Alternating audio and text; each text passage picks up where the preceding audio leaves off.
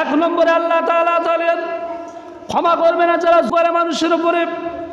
দুই নম্বরে যারা আল্লাহর উপরে কুফরি করে, আল্লাহর মতবদ্ধ, আল্লাহর দিন, আল্লাহর যে রেখে যাওয়া এরকমভাবে মিলাদুন্নবী সহ এভাবে যত আল্লাহর হুকুম রয়েছে, আল্লাহর আয়াতগুলো রয়েছে, আল্লাহর সকল বিধানগুলোকে যত সময় পর্যন্ত প্রতিপক্ষে জীবনে মেনে নেবে না, বলবে এটা বিদাত, সেটা বিদাত, এটা করা যাবে না, সেটা করা যাবে না, কোনো দলিলও নাই, কোনো ফালতু একটা কথা বলে বলে 4 পাতা বুখারী শরীফ বগলের নিচে রেখে তারা নামাজও পড়ে না, এমন লোকদেরকে আল্লাহ তাআলা এই রাতে ক্ষমা করবে না।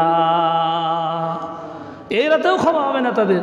এই রাত কেন, যতই রাত আসুক, রাতের পর রাত যাবে, ক্ষমা হবে না। শুধু রাত যেতেই থাকবে, রাত যেতেই থাকবে। কবে এ রাতে নাই না ক্ষমা হোক, তাহলে সামনে তো লাইলাতুল কদর আসতেছে, ওই রাতে তো আল্লাহ ক্ষমা করবে, আল্লাহ ও রাতেও ক্ষমা করবে না। তাহলে 2 শ্রেণীর কথা বললাম। 3 শ্রেণী যারা জিনা করেছে, ওই জিনা করা থেকে বিরত হয়ে আল্লাহর কাছে তওবা করতে হবে, এমন তওবা করতে হবে আর জীবনে করব না, জীবনে করব না, আর জিনার ধারে কাছেও যাব না, এমন তওবা যদি করতে না পারেন, আল্লাহ রাব্বুল আলামিন আপনাকে ওই রাতে কোনোদিন আল্লাহ আপনাকে ক্ষমা করবে না।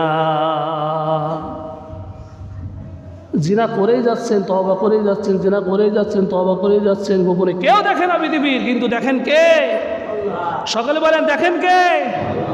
হ্যাঁ, আল্লাহ কিন্তু দেখতেছে। আপনি মনে করতেছেন পৃথিবীর মানুষ তো দেখতে পারে নাই। আজকে আমি বড় লিডার, আজকে আমি বড় মাওলানা সাহেব, আজকে আমি বড় হাফেজ সাহেব, আজকে আমি বড় মুহাদ্দিস সাহেব, আমি কত গুনাহ করতেছি, পৃথিবীর তো কেউ দেখতেছে না। আমি তো পৃথিবী থেকে যাওয়ার পরে আল্লাহর কাছে হিসাব দেওয়া লাগবে না লাগবে না? আল্লাহর কাছে হিসাব দেওয়া লাগবে। যেটাই করি সেটা মালিকের দরবারে দাঁড়িয়ে হিসাব দেওয়া লাগবে। কারণ আপনি যতই বড় মুহাদ্দিস হন, যতই বড় আলেম হন না কেন, এক কদম আপনি সামনে আগাতে পারবেন না আল্লাহর দরবারে হিসাব না দেওয়া পর্যন্ত। কথা বলেন ঠিক কিনা? 3 শ্রেণীর কথা বললাম। সর্বশেষ যে ব্যক্তিকে আল্লাহ তাআলা এই রাতেও ক্ষমা করবে না, শুধু এই রাত নয়, যতই রাত আসুক ক্ষমা করবে না, যারা পিতামাতার মনে কষ্ট দেন, পিতামাতাকে খাবার দেন না, নিজেরাই ভালো মন্দ খান, পিতামাতাকে একটা শাড়িও কিনে দেন না, আব্বাকে একটা পাঞ্জাবি কিনে দেন না, আব্বা যদি বলে 10 টাকা ঔষধ কিনতে আমাকে দাও, আপনি বলেন আব্বা আজকে কামাই হয় নাই, আজকে দিতে পারবো না, অমুক দিন দেব, এমন পিতামাতার মনে যারা কষ্ট দেন, আল্লাহর কসম করে বলি এই রাত কেন, যত রাত যাবে না কেন, আপনি আল্লাহর দরবারে যতই কান্না করেন ক্ষমা পাবেন না।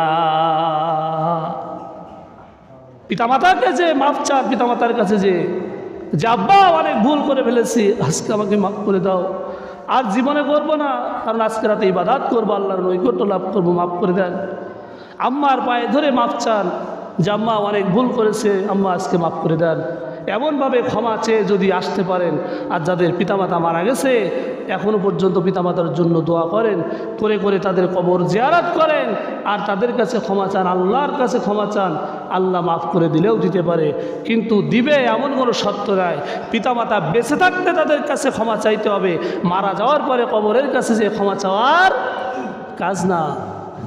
এই জন্য আসুন এই 4 শ্রেণীর লোক থেকে বিরত থেকে আজকে আমরা আল্লাহর নৈকট্য লাভের জন্য সকলে ইবাদত করার জন্য প্রস্তুত আছেন তো সবাই? সকলে বলেন আছেন তো সবাই?